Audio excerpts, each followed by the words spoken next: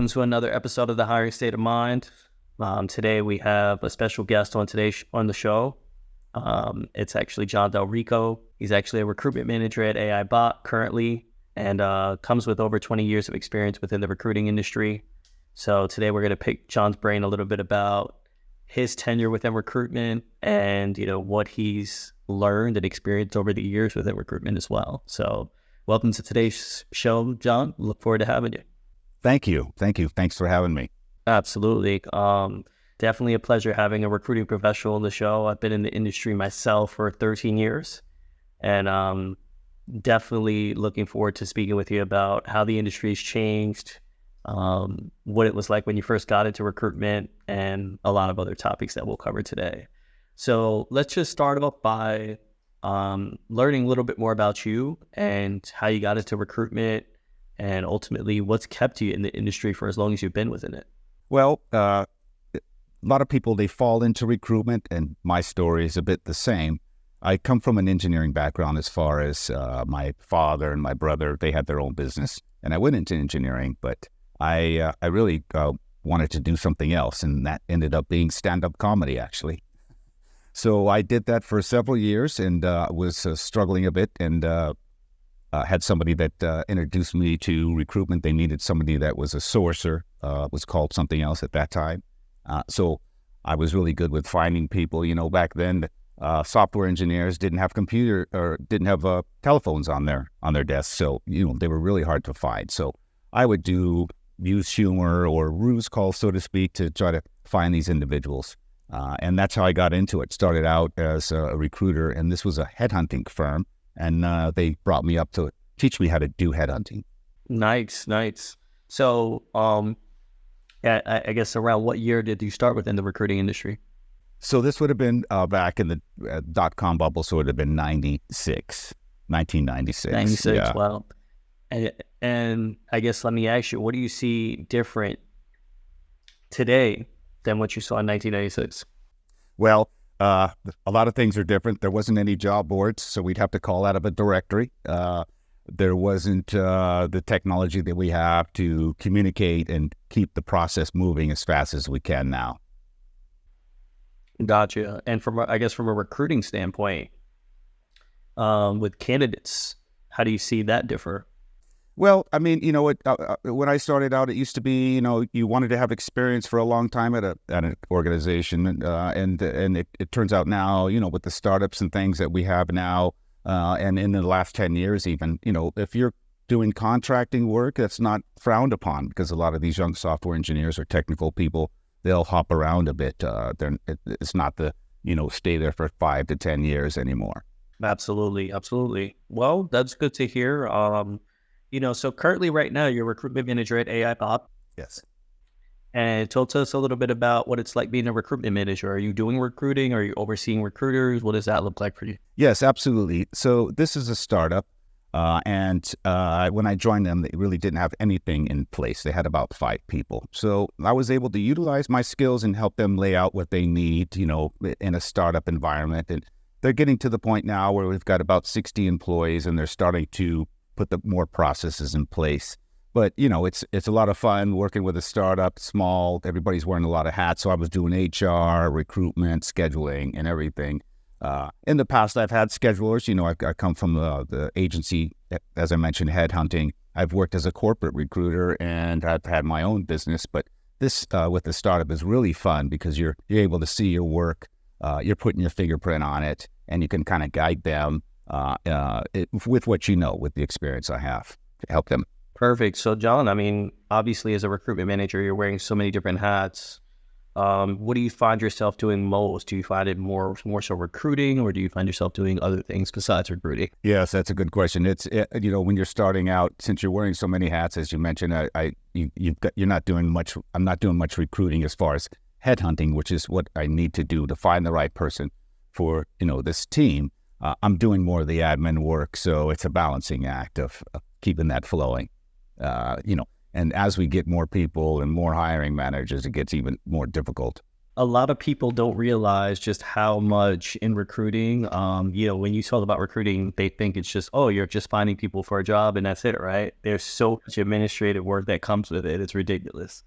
That's right. I mean, I've got a chief engineer, and he's chief engineers are, this is who I want, and they just want them to show up. They don't want to do anything Absolutely. else. Yeah. Yeah.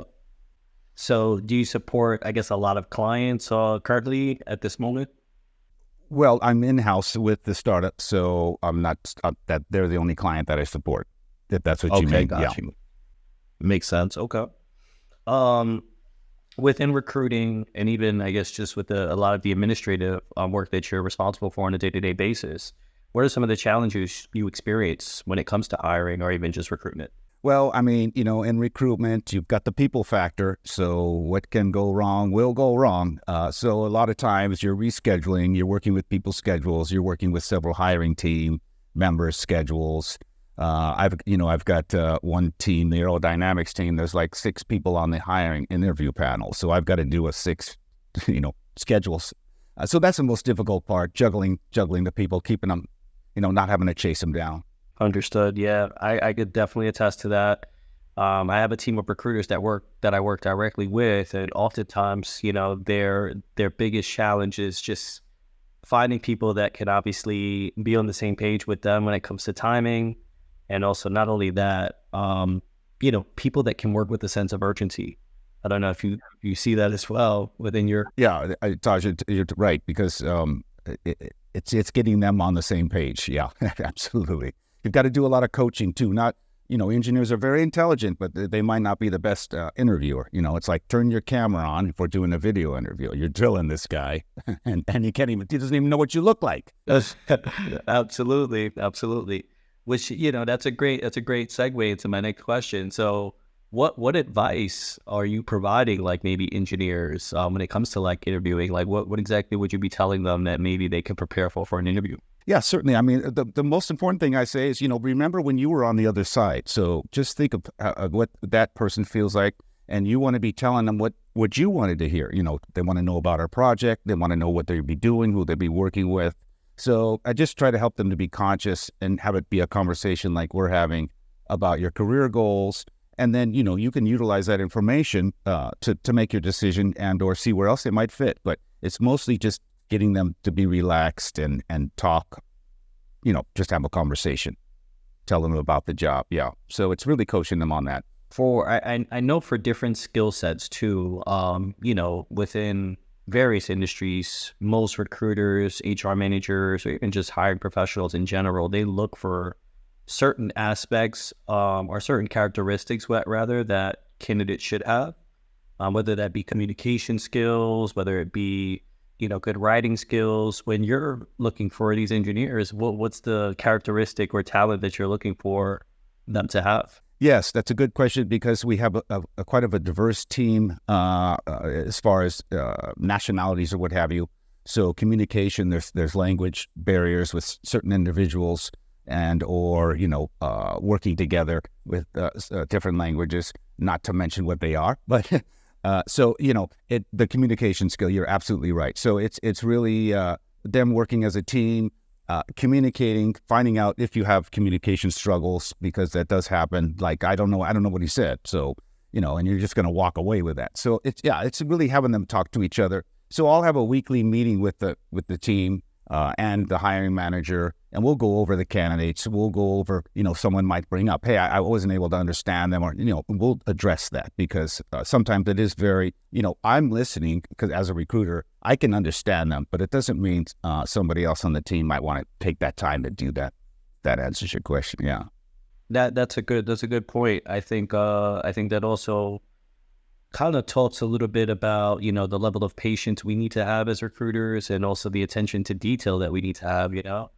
I think being in the recruiting industry for as long as we've both been in it, we need to be like investigators, right? Where we need to always find out, what this individual is all about, build a relationship with that individual as well, and make it a comfortable experience for them. So this way they feel comfortable working with you, and they trust you that, you're going to put them in the right opportunity. Exactly. I mean, we're dealing with their livelihood. So, this is really important. It's interesting that a lot of companies, it's gone. You probably noticed this as well. They'll look at recruitment depending on what department they are in a certain way. It's like, well, you kind of just do that sort of thing. But they don't really understand that. I mean, what makes a good company? It's the people. So, and that's what we do. The recruiting industry is just another industry. It's something that it's another conversation I had with one of my employees like a week ago, and we talked about how dynamic it is. You spoke about earlier, you doing a lot of administrative work within your current role. And then from time to time, you could jump on a call with either a candidate or maybe even a recruiting firm, or it could be you responsible for doing like benefits or something HR related, right? So very dynamic industry. And I don't know too many other professions that are as dynamic as ours, right, to be honest with you. Well, probably the profession that you're in with this production, you're wearing a lot of hats, don't you? Yeah, well, I'm the owner for a recruitment firm in New York, and the name of my company is Express Employment Professionals. We're franchise based. So, I wear a lot of hats. I'm doing everything from sales in our organization to training and development to recruiting. In addition to that, I'm getting involved with, a lot of the candidate interaction from time to time as well. So, for me, I love the hands-on approach to it, and I love being as involved as I am, as well. I think it really makes me an industry professional, and it also keeps me on my toes to make sure I'm keeping up with the trends within the industry as well. Exactly. And the main thing you said there is hands-on, because I mean, I really have a passion when it all works. The candidate really likes their job, and the company's really happy for them. That's when it makes sense. Exactly. And you're making a match. And I think to your point earlier, we're essentially changing lives.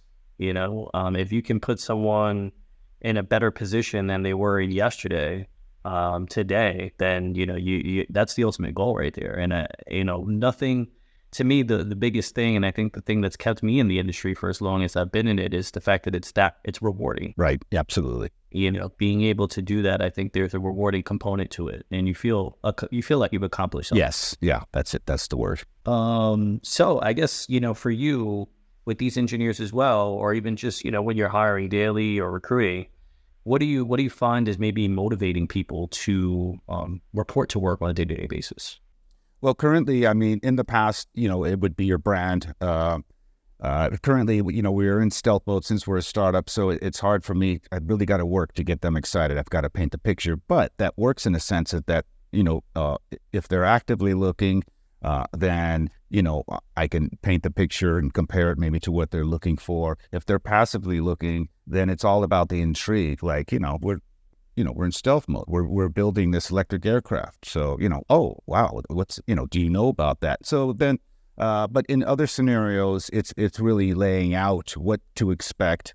For example, I worked for a company that worked as a defense contractor off of like Lockheed and some of the big companies. And this was during the warfighter. So, we would have to ask, we couldn't tell people where they were going. They were ex-military, and we would tell them they're going to a war zone. So, you have to be delicate at how you're going to paint the picture. But it's really just talking to that person, finding out, having the compassion, find out what are you looking for? What's your question? Yeah. That makes sense. Switching gears a little bit, I'm wondering if, in your current role right now as the recruitment manager, do you work with other recruiters to help you fulfill any of your openings? Yes. Well, the title they have right now, it's semantics with the titles. I mean, I've had many so far here, but so I'm the recruitment manager, getting set up to where I've got a coordinator now that's going to help me with the scheduling.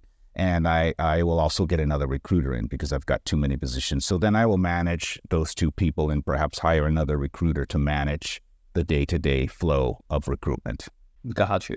Okay, so you're not working with any external firms though that are doing like recruiting for your organization? Right, third party. I get a lot of requests, but I politely just say we'll keep you on file when we need to use them. But I don't want to go that route right now because it's just very expensive, and I can find them. Just believe that. Right. Let me ask you, what platforms, I mean, if you're comfortable sharing, what platforms do you find are being most beneficial for you when you're looking for talent right now? Well, LinkedIn has come a long way. It's very passive. It's not job board type thing. People that feel comfortable with talking and, replying. So I've used that quite a bit. And then, I'm using social media as well. But since we're in stealth mode, we don't have that. I have to do my personal, but it's just maybe having conversations. But yeah, other than that, LinkedIn would be my go-to at this point. Like that, okay. I could see that being the case for the skill sets that you're hiring for as well. Because, in previous episodes, we've had people say that they've just been bombarded with a lot of LinkedIn messages and, they get inundated with in their inbox, which I see, I'm sure you probably see as well. So sometimes it's not the most effective, but I think for software engineers, definitely it can be very effective in that capacity. Yes, aviation as well. And, I've gotten to where I'm very clever with the message I'm sending them. So I get a decent reply or at least a decline. But yeah, they do get bombarded. So, I keep it brief. It's like, are you open? I saw your background. Are you open opportunities? So if they, that's a hook. Because if they're not, they're not. If they are, they might say, yeah. And then we go from there. Right. That's another thing that we also covered in one of our previous episodes where, HR professional had said that, they're not looking for paragraphs from managers or recruiters. They're looking for like 1 or 2 word sentences and, exactly. And at that point, they're more likely to respond to those messages. So, John, you spoke a little bit about messaging and how you actually go about recruiting, mostly messaging on LinkedIn. Yes. For you, what do you find is most special about your message and how it comes across to anyone that you're reaching out to? So this way you can get responses. Right. What I've noticed is keeping it short, as we talked about, not being bombarded with a bunch of information because you just look like everybody else that doesn't want a piece of you. So I'll try to, I'll read about their background and I'll try to put something personal in there about, personal for them, maybe that I can relate to or make a comment on, or I usually will give them a compliment about something that they've done. Who doesn't like a compliment, at least get their attention. And then again, I keep it short with, are you open to new opportunities? And that's pretty much it. It's like maybe 3 or 4 lines, no job description. And yeah. And I being in the recruiting industry, this too, like people love talking about themselves. Oh yeah. Especially engineers. Yeah. So anytime you can, give them a compliment, I'm sure, that probably piques their interest and they're more likely to want to speak to you as well. Absolutely. And a genuine compliment as well, not, hey, how's your day going? Oh, thanks for asking. Yes. That sort of thing. Right. That person being personable. So, one of the things we love to talk about on the podcast, John, is, and it's a hot topic within the industry as well, it's just about retaining talent. So for you at, AIBOT now, how do you guys go about retaining your internal talent? Yes, that's been a bit of a struggle because, I was helping with HR and the individual doing HR, they, their background was legal, but they were part of the ownership. So, we really didn't have a lot of HR for people. So the retention, it started in the beginning. So what I tried to do is I let the people know, hey, look, I hired you. We're small. You can talk to me. And then I would try to alleviate that. We just recently hired an HR manager. And of course, on her first day, we had an incident. But, we know her worth now. But I would handle that. I would try to handle that, and it was really like, hey, I hired you. You were in the company. We know each other. How's it going? Go talk to them on their projects. Just let them know that they're valued, and if there's any issues, I know you don't have anybody to go to, because that was a problem. We lost some people because of that. And I guess let me ask you, for you, when you're losing people like that, how does that impact your organization? Yes, it can be devastating because of the fact that, we're at this design level and, we only have a few people. So we lose one, we lose that part of the design. So yeah, we've smoothed it out now. There's only been a few that have gone, but before there was several that left that put us in a deadline delay. That's good to hear. I mean, it's definitely something that I think every organization struggles with and they're all looking to get better at. So thanks for sharing your perspective on that. As far as when you're hiring now, going back to hiring now, so, usually with skill sets, even like a software engineer or even just any kind of engineering type of skill set, I know a big component too is looking for someone that maybe has certain type of skills right? But also maybe character, right? And then also values, morals, things like that, right? What do you find is most important when you're looking to hire for those engineers right now? Yes, I kind of package those all into a cultural fit, so to speak, with the team. A very diverse team, as I mentioned. But I want to get to know the individual, so I'll even ask them questions like, based on what we've talked about, what's your interest in this position on a scale of 1 to 10, 10 being highest?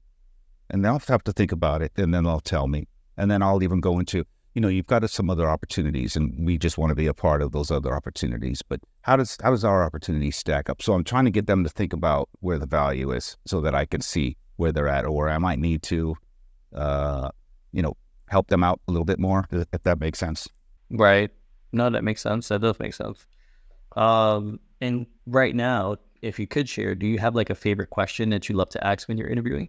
I'll ask them about your biggest career regret, but I'll also ask them as far as their career goals. I want to see what they want to be doing, where they see themselves in maybe 5 years, and that can give me a roadmap, maybe for the hiring manager or their direct report. But I just want to get in their head.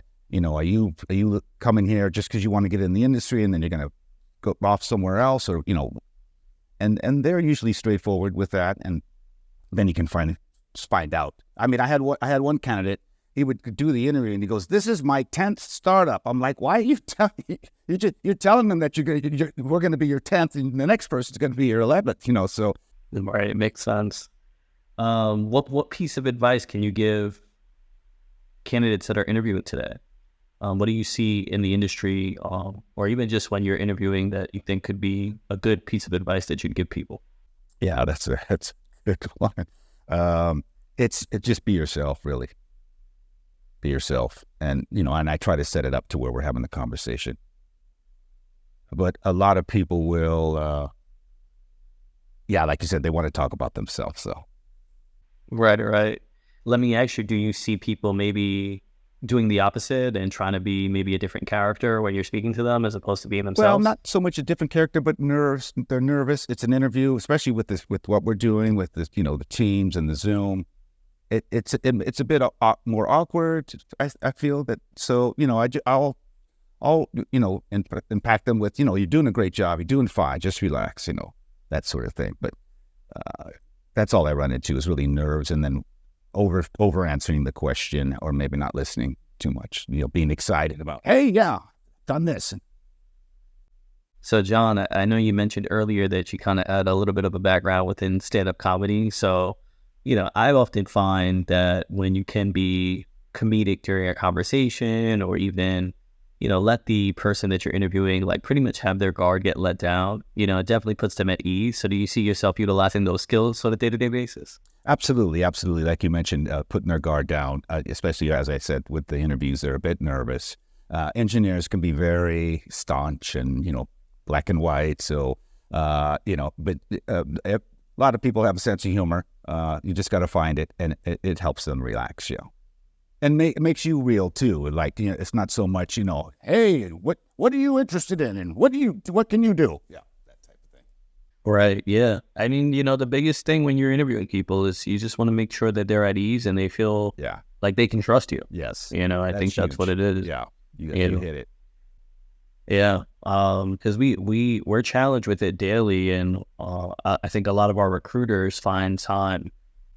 I think they find themselves trying to be more professional more than anything, right? Where they want to say things a certain way, or they want to do things a certain way and come across very professional to the person that they're interviewing. But in all reality, sometimes people don't respond well to that. People respond well to people that they can just have a real conversation with, and ultimately they feel comfortable being around. That's right. You're absolutely right. Because again, you're dealing with the people factor. This is a person, and you're dealing with their livelihood. So it's being robotic and professional is you almost slip into telemarketer stage at that point, especially when you call someone and say, "Hi, how you doing today?"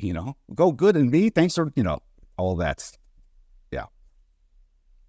A good thing with that I do use is, as well, when I'm calling people, is I'll ask them, "Is this a good time?" 100%. Yeah. Yeah, because it's not always, you don't just go in. Right. And then, if you do that not, too, right? You schedule a time with them. And then at that point, it just becomes more of a formal meeting. Yeah. right? Yes. Absolutely. Cool. At AIBOT, it seems like you guys are, very, creating new things and being very, innovators, I guess you could say, within your industry. So, what creative things are you guys doing right now when it comes to hiring for your organization? Right. So we just launched our website. So now everybody knows, we're putting the brand out there. But, we are a new industry, electric aircraft. It's not that old. So you've got a lot of younger people that are involved in this. It's a first interruption in 100 years in aviation. So, we just utilize that. Do you want to be in this sector? This is where things are going. We've got electric cars. That this is the future. And these aerospace graduates, that this is what they're going to see. They're not going to see the Boeings and that sort of thing. They're not going to take that path, so to speak. And I guess right now, being that it seems like that industry, or even what you guys are doing at AIBOT, like I mentioned earlier, very innovative. Do you guys have much competitors right now within your market space or within your industry? Oh yes. There's a lot of people jumping on the bandwagon. You'll have companies called such as Joby or Archer. They're leading the way because there isn't any FAA certification yet. So we're letting those companies lead the way for the certification, and then other companies will follow them. But they're the leaders, and we're on a tier 2 level because of the fact that we actually have a flying prototype. We don't just have renderings and a website. So there's a lot of competition right now, but it's going to come down to where there's only going to be a few that really make it through to get the certification and have a product. And I guess, as a, kind of lead it into my next question, how does your company adapt to maybe some of the market trends or industry trends within your specific, market, let's just say? Well, I know that the owners, they want to be the Tesla of electric aircraft. So they're just trying to build to where we have the platform, and everybody else is going to want to use that type of platform, so to speak. And that would be with technology. Am I answering your question correctly there? Yeah, no, you're on the right track. Yeah, 100%. Okay, yeah, with technology and the experience of the aircraft, and some of the other products that they're coming out with. I guess for you, I mean, right now, obviously, you've been in the industry for a long time, 20 plus years, like we mentioned earlier. As we close this year and we go into 2024, what are some things you're excited about and things maybe you see definitely being a trend going into the new year? As far as, we're excited. We're planning on going IPO in 2025, and the industry should be in line with that, hopefully. So we're excited about that. We've got this goal of growing. You go from a small organization to where it's a bunch of people that changes the whole culture, and it's different. But as far as in the recruitment industry, I do see the, getting a hold of people as far as texting and not having to send an email and wait for the email reply, the social media, the more relaxed conversational interaction with a company I see with this younger generation allows what we talked about earlier to get the trust and to get to know them, and they can speak freely. They do about what they want. It's funny. We had a episode last week where the person that we were interviewing, they were talking about how the employees are kind of dictating what's going on in the market now, and they're very vocal about what they want. Right? Yes, so are you seeing the same thing? Yeah. It's a candidate-driven market right now. Yeah, absolutely. And I guess let me ask you that on that front. How do you see that maybe changing going into the new year? Do you see it changing? And also, how does that impact you as a recruiter? Yeah, so, I've seen it change through the years. It goes back and forth. But, with the startup environment, I don't see that changing anytime soon because, there's a lot of good talent out there and they can pick and choose what they want. It's their career. And sometimes they don't stay very long because they're very hungry. But I think that I think it's going to impact us that we need to work on our brand. We can't do the stealth mode. Hey, you haven't seen anything yet behind the curtain type thing. So I think it's going to stay a candidate-driven market for quite a while here. Of course, that depends on the economy and things and jobs. But yeah, I see it them still, giving you their wish list. Yeah, I see it all the time too, because obviously, like I mentioned, I wear many hats. With recruiting, I think one thing that's always been a thing for a lot of employers is, obviously getting a candidate that's a top tier candidate, and then obviously they're interviewing for numerous opportunities. When they get these counter offers, right, from other organizations, what is it that you would say you're doing to let them say, all right, AIBOT's my choice. I want to go with AIBOT. Well, is there anything specific that you would say you're doing that you think maybe candidates will maybe go more towards your, organization as opposed to any other organization? Where I would ask them, what's your level of interest? So I'm gauging that. If they have other offers, I'm asking them about those offers, not being nosy in the sense like, just letting them know, well, look, I've had this happen in the past where I've hung up on the phone and the guy gets an offer the next day. So if you have any pending offers, let's just keep in touch because we want to put our hat in the ring as well. I mean, you're interested in what we're doing. And, oh, yeah. So let's keep in touch with that because we can accelerate things if we need to. With counter offers, I've run into that before. And if I feel that there might be a counter offer, depending on where the individual works, so if they work there a long time and they've got projects where they can't start within a month, there's going to be a counter offer. And I just try to let them know what a counteroffer is. It's because they don't want to let you go. They don't have anybody right now. But, you have to understand when things get slow, you're going to be the first one that they're going to let go because you just told them you're leaving. So that counteroffer is not, you're going to think, oh, I got more money and that sort of thing. So I try to, if I feel that that's coming, or if they, we had a gentleman that did get a counteroffer. So we had to go through that. And he got it. He came back. But, it's really... it's really having that value in that offer and you've got that relationship. Yeah, what we see, you brought up a good point of like, hey, when you get the counter offer, sometimes it's the employer just acting out of desperation, let's just say, right? Because, if you didn't get the offer initially and go to the employer that let them know that you got an offer, would they even provide you with this offer that you're getting now, right? And they wouldn't. Yes, absolutely. They wouldn't, right? That's the reality of it, yeah. Right? And then ultimately, you have to ask yourself, hey, how much longer would it take for me to, when I even do get this counter offer, how much longer would it take for me to move up in the organization? Because it took me actually getting another offer for you guys to counter offer, right? Yeah, and you can figure they're not going to move up very fast. Exactly. So yeah, those are good points. Thanks for sharing that, John.